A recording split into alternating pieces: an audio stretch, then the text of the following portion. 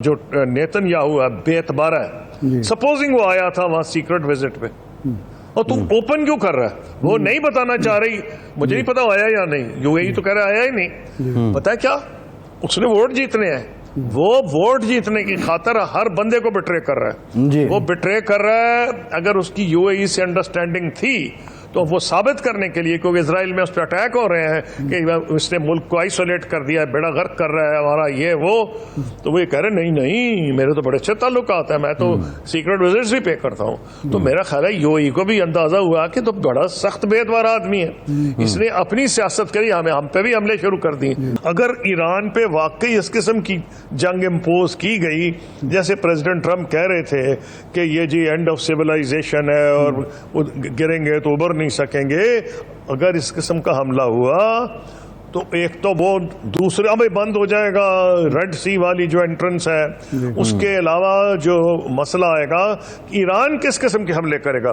کیا وہ یہ رکے گا اب کہ صرف فوجی اڈوں میں حملہ کرنا ہے؟ خدا کرے اس سے آگے بات نہ بڑھے, کیونکہ اگر انہوں نے دلیل یہ دی کہ ہمارے تو سویلینز مارے گئے ہیں, ہماری سویلین بلڈنگز گر رہی ہیں. دیکھیں جب نفرت ہوتی ہے نا پھر اس نفرت کی لمٹ نہیں ہوتی. بھائیوں میں بھی قتل ہو جاتے, اللہ معاف کرے, پراپرٹی پہ جھگڑا ہو کچھ ہو, یہ ٹھیک ہے مسلمان ہیں دونوں سائڈوں پہ, لیکن اس کو میں سمجھتا ہوں بڑی دانش کی ضرورت ہے. اور میں ان کو کمپلیمنٹ کرتا ہوں ان کی لیڈرشپ کو, یو اے ای, قطر, سعودی عرب. اگر ان کو سعودی عرب قطر تو پہلے اس لائن پہ تھے, اور اگر اب یہ میں یہ سمجھتا ہوں یو اے ای کو یہ بھی سمجھ آئی ہے کہ کتنا یہ بندہ جو نیتن یاہو ہے بے اعتبار ہے. سپوزنگ وہ آیا تھا وہاں سیکرٹ وزٹ پہ اور تم اوپن کیوں کر رہا ہے؟ وہ نہیں بتانا چاہ رہی. مجھے نہیں پتا آیا یا نہیں. یو اے ای تو کہہ رہا آیا ہی نہیں. پتا ہے کیا اس نے ووٹ جیتنے ہیں. وہ ووٹ جیتنے کی خاطر ہر بندے کو بٹرے کر رہا ہے. وہ بٹرے کر رہا ہے. اگر اس کی یو اے ای سے انڈرسٹینڈنگ تھی تو وہ ثابت کرنے کے لیے کیونکہ اسرائیل میں اس پہ اٹیک ہو رہے ہیں کہ اس نے ملک کو آئسولیٹ کر دیا ہے, بیڑا غرق کر رہا ہے ہمارا یہ وہ, تو وہ یہ کہہ رہے نہیں میرے تو بڑے اچھے تعلقات ہیں, میں تو سیکرٹ وزٹس بھی پے کرتا ہوں. تو میرا خیال ہے یو ای کو بھی اندازہ ہوا کہ تو بڑا سخت بے اعتبار آدمی ہے.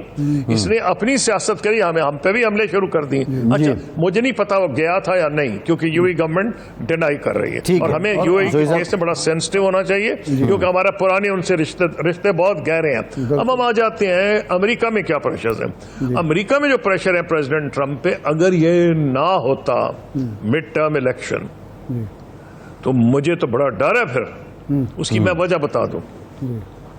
کوئی پرواہ نہیں پریزیڈنٹ ٹرمپ کو پبلک اوپینین کی, نہ یورپ کے لیڈرز کو ہے. جب یہ فیصلہ کرنا ہے نا کوئی ملک, آپ دیکھیں روم, پیرس, لندن, زبردست فلسطینیوں کے حق میں جلوس نکالے گئے ہیں. گورنمنٹس کی اپنی سوچ ہوتی ہے, وہ پاکستان کی گورنمنٹ ہو, انڈیا کی ہو, یورپ کی ہو, وہ ایک سٹیٹ ان کا کانسیپٹ ہی اور ہو جاتا ہے. سٹیٹ انٹرسٹ کو وہ خود ڈیفائن کرتے ہیں, آپ اور میں نہیں کرتے.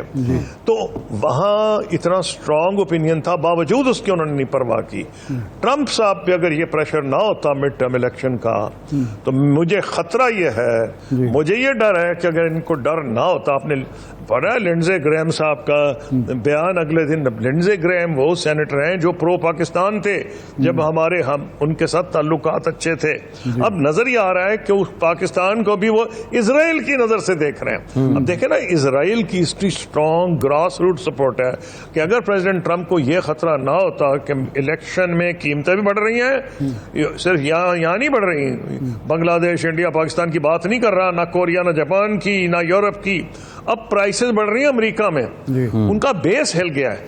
تو اس لیے کیونکہ اب یہ الیکشن قریب آ رہا ہے تو اس لیے امریکہ کا بھی جو ہے نا یہ جنگ سے کچھ وہ ڈر رہا ہے کہ اس کے کوئی اور خراب نہ نتائج نکلے. پریزیڈنٹ ٹرمپ کا جو دورہ چین ہے اس کے کیا امپلیکیشنز ہوں گی امریکن پولیٹکس پہ, اور آپ کیا سمجھتے ہیں کیا پریزیڈنٹ ٹرمپ اس کنفیوژن کے ماحول میں جب وہ گئے تو اپنے مقاصد حاصل کر پائے ہیں؟ دیکھیے میں نے بڑے کو 15 آرٹیکلز پڑھے ہیں یا 20, یعنی کوئی چھوڑا ہی نہیں. New York Times, Washington post, diplomat ہے, Indian express, Bhadra Kumar, India کے زکریا, فرید زکریا. اب میں ہر بندہ اپنا اینگل دے رہا ہے. کیوں؟ اتنے یہ کانٹروورشل آدمی ہیں. جیسے ہمارے پاکستان میں بجٹ نہیں ہوتا, بغیر پڑھے اپوزیشن کہتی ہے تباہ ہو گئے.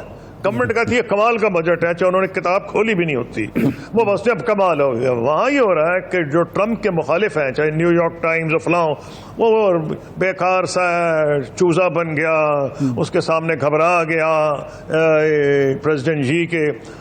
اتنا مشکل تھا, لیکن پھر مجھے ایگزیکٹ ورڈز کوئی نہیں دے رہا تھا. میں نے پھر اتنی تفتیش کے بعد مجھے 5-6 سینٹنسز نظر آئے پریزیڈنٹ جی کے, اور کورٹ ہی کوئی نہیں کر رہا, لیکن وہ اب ہو گیا کورٹ. اس سے کلیئر ہو گیا کہ پریزیڈنٹ جی نے جو 4-5 سینٹنسز کہے ہیں وہ واقعی یہ وزٹ بہت اہم ہے, یہ اسٹریٹجیکلی امپورٹنٹ وزٹ ہے. یہ اگر آپ امریکن اخبار پڑھیں یورپ کے, تو وہ ہر اینگل کے, او جی کمال کا بجٹ ہے, تباہی کا بجٹ ہے جی. ہم نے تو وہ, میں کچھ مزید کہنے لگا تھا, رک گیا ہوں, کیونکہ وہ ہماری ملک کی سیاست پہ بھی اس کی امپلیمنٹیشن آ جاتی. تو میں کیا آپ کو یہ رہا ہوں کہ یہ وزٹ کامیاب تھی کس حساب سے.